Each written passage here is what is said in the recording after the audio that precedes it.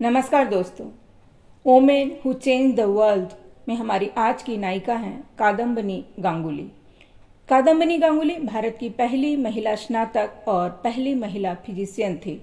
जिस समय देश अंग्रेजों का गुलाम था और लोग अपनी मर्जी के मुताबिक कुछ भी करने से डरते थे, उस समय कादम्बनी गांगुली ने शिक्षा के क्षेत्र में अभूतपूर्व कामयाबी हासिल की थी।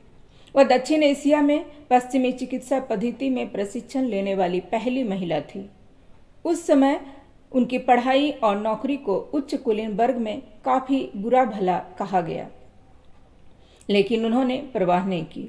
जीवन भर वे महिलाओं की शिक्षा के लिए लड़ती रहीं। उनका जन्म 18 जुलाई 1861 को भागलपुर, बिहार में हुआ था। उनके पिता का नाम बृजकिशोर बासु था। 21 साल की उम्र में कादम्बनी ने 39 साल के विधुर द्वारकानाथ गांगुली के साथ शादी कर ली थी। उनके पति भी ब्रह्मो समाज से थे। दरअसल उनके पति का पहले भी एक विवाह हो चुका था, जिनसे उन्हें 5 बच्चे भी थे। कादम्बनी उनकी दूसरी पत्नी थी। कादम्बनी के भी 3 बच्चे हुए, जिससे उन्हें 8 बच्चों की परवरिश करनी पड़ी। कादम्बनी ने 1882 में कोलकाता विश्वविद्यालय से बीए की परीक्षा उत्तीर्ण की थी। वे भारत की 2 में से पहली महिला स्नातक थी। कोलकाता विश्वविद्यालय से 1886 में चिकित्सा शास्त्र की डिग्री लेने वाली भी वे पहली महिला थी। इसके बाद वे विदेश गई और ग्लासगो और एडिनबर्ग विश्वविद्यालय से चिकित्सा की उच्च डिग्रियां प्राप्त की। देश में भले ही महिलाओं को उच्चतर शिक्षा पाने के लिए लंबा संघर्ष करना पड़ा हो, लेकिन कादम्बनी गांगुली के रूप में भारत को पहली महिला डॉक्टर 19वीं सदी में ही मिल गई थी।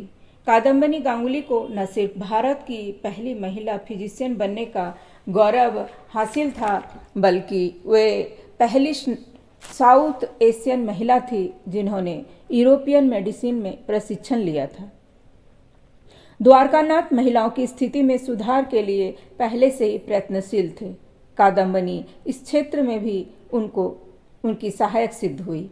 उन्होंने बालिकाओं के विद्यालय में गृह उद्योग स्थापित करने का कार्य को प्रश्रय दिया। बंकिम चंद्र चट्टोपाध्याय की रचनाओं से कादम्बनी बहुत प्रभावित थी। बंकिम चंद्र की रचनाएं उनके भीतर देशभक्ति की भावनाएं उत्पन्न करती थी। वे सार्वजनिक कार्यों में भाग लेने लगी थी। जीवन भर वे महिलाओं की शिक्षा के लिए लड़ती रहीं। वह 1889 में भारतीय राष्ट्रीय कांग्रेस के 5वें सत्र में 6 महिला प्रतिनिधियों में से एक थी और यहाँ तक कि बंगाल के विभाजन के बाद 1906 में कलकत्ता में महिला सम्मेलन का आयोजन भी किया था। महात्मा गांधी उन दिनों अफ्रीका में रंगभेद के विरुद्ध सत्याग्रह आंदोलन चला रहे थे। कादम्बनी ने उस आंदोलन की सहायता के लिए कोलकाता में चंदा जमा किया। 1908 में उन्होंने सत्याग्रह के साथ सहानुभूति व्यक्त करने के लिए कलकत्ता की एक बैठक का आयोजन ट्रांसकॉल में भारतीय मजदूरों को प्रेरित करती थी।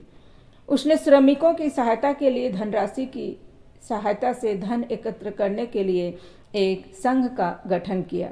1914 ईस्वी में जब गांधी जी कोलकाता आए थे तो उनके सम्मान में आयोजित सभा की अध्यक्षता भी कादम्बनी ने ही की थी।